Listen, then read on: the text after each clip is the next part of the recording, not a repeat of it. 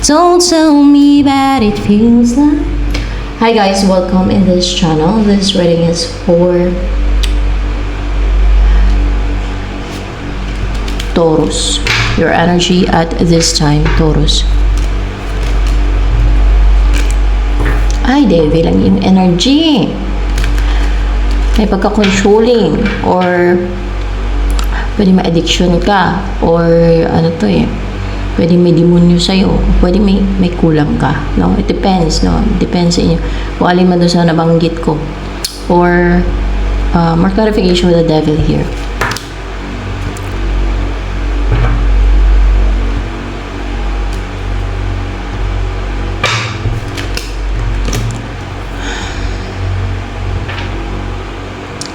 Nag-angat ka ng hostisya, kaya may ginagawa ka, gusto mong mangontrol. Meron kasi sinisend like spell or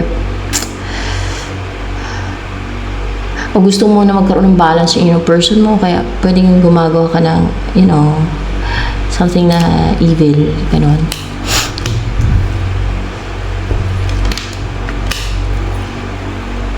Or possible you're obsessed lang talaga sa person mo. That's why nagre-reach out sa kanya, may offer ka sa kanya, pwede din ganon.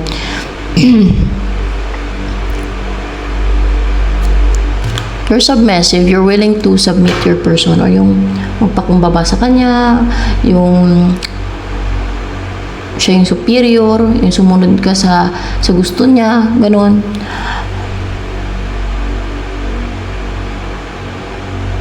You're submissive towards the devil. Baka devil to. No, your person. It's your person. No, it's your person. You're submissive padating sa person mo.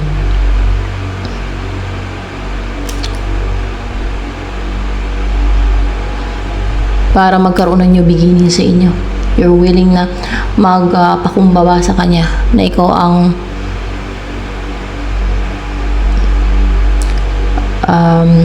dito. Ikaw ang sumuyo sa kanya. Ikaw ang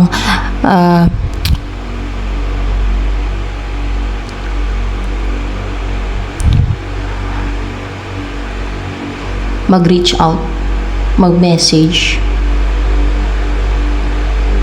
Yung parang maging down to earth sa kanya. Kahit na parang pakitaan ka niya ng hindi magandang ugali. O kahit prideful siya. Yung gano'n. O kahit diktahan ka niya. Sunod ka sa gusto niya. Yung mga gano'n ba? Para lang makarecover ka sa hurt at para magkaroon ng new beginning sa inyo. Pwede din para magkaroon ng new beginning sa inyo. Para lang matanggal na yung sakit. Para lang makarecover ka na sa ending na nangyari sa inyo. Para magkaroon na ng new beginning.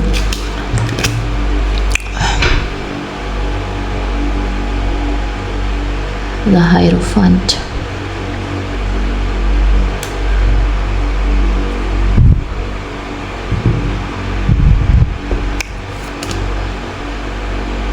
Ayaw mong sumunod sa mga rules or sa pwedeng sa mga religion, beliefs.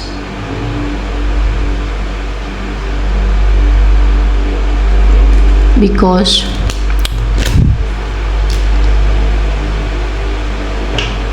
hindi magkakaroon ng equal give and take sa inyo ng person mo kung yun ang susundin mo o paniwalaan mo.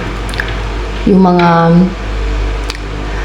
paniniwala like religion, mga religious beliefs or paniniwala o kaya yung mga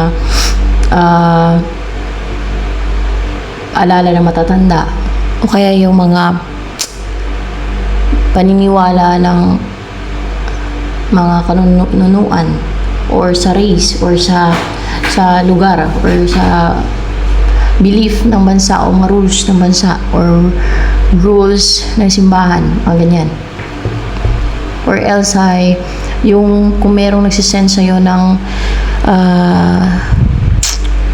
spell or anyone na gusto kang kontrolin, gusto kang pasundin o sa kanilang rules, sa kanilang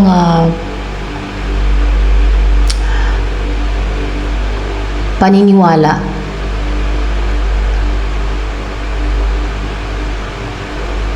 Ayaw mo.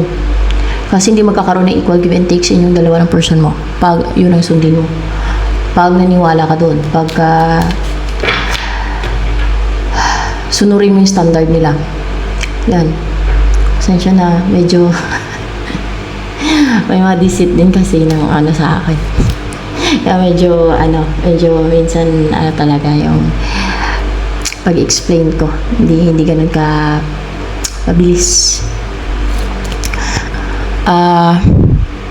Ano yung feelings naman ng person mo na yan towards you? Eto. Wala namang humadlang sa kanya. Wala namang pumipigil sa kanya. Walang walang pagtatalo sa feelings niya. Gusto niyang makipagbati sa'yo. Pwedeng yung gusto niya walang away, walang conflict, mga ganyan sa inyo.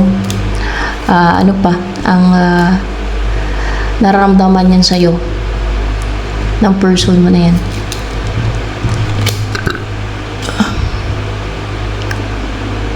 Baka kasi inaaway mo, huwag mo kasi awayin. 6 of Wands. Dinidesire niya magtagumpay, succeed. O alam niyo yung dinidesire ng puso niya, feelings niya, emotion niya na may tagumpay na makasal kayong dalawa. 6 of Wands. And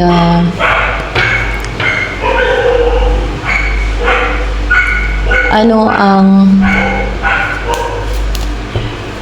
naparating sa'yo ng person mo na yun?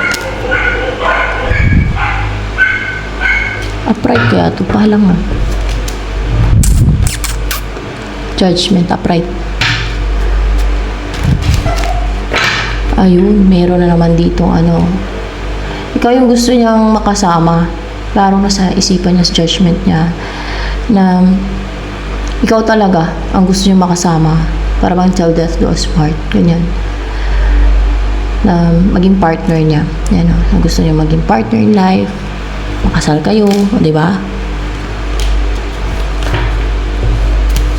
What's with the 9 of Cups in reverse here?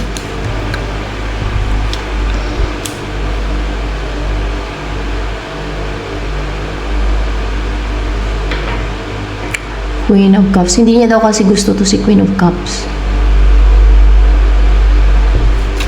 Queen of Cups. Nilet go niya na daw si Queen of Cups. Nirelease niya na si Queen of Cups. Kayo talaga yan para sa isa't isa. Pagka ganyan. Kasi nilet go niya yung isa. Then, and,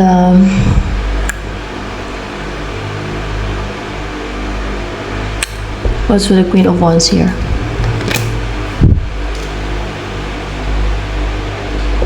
Sa'yo talaga siya attractive. Or,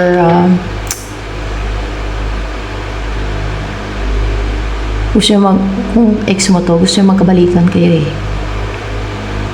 Gusto niya din makarecover siya from heartbreak, ganyan.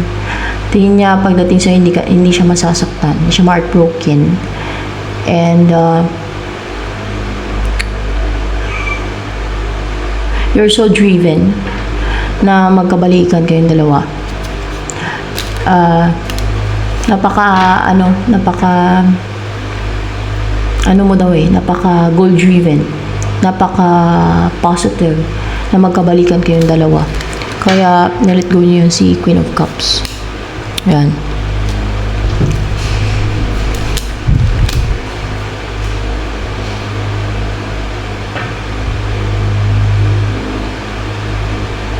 Matagal daw siya nagluluksa. Parang nanghinayang, nag-regret. Lalo kung kung mayroong ginawa yan sa'yo na, na kasalanan or cheating. Parang, dala-dala niya yun. Ang bigat para sa kanya. Parang, ang bigat ng pasan-pasan niya. Nahirapan talaga siya. Nagdusa siya. Parang pinarusahan niya yung sarili niya. Pinarusahan niya yung sarili niya. Dahil lang, siguro sinisi niya yung sarili niya. Kung nag-away man kayo, o naghiwalay, o kung nagkaroon ng misunderstanding sa inyo. Yan. So, yan, ito na lamang for Taurus.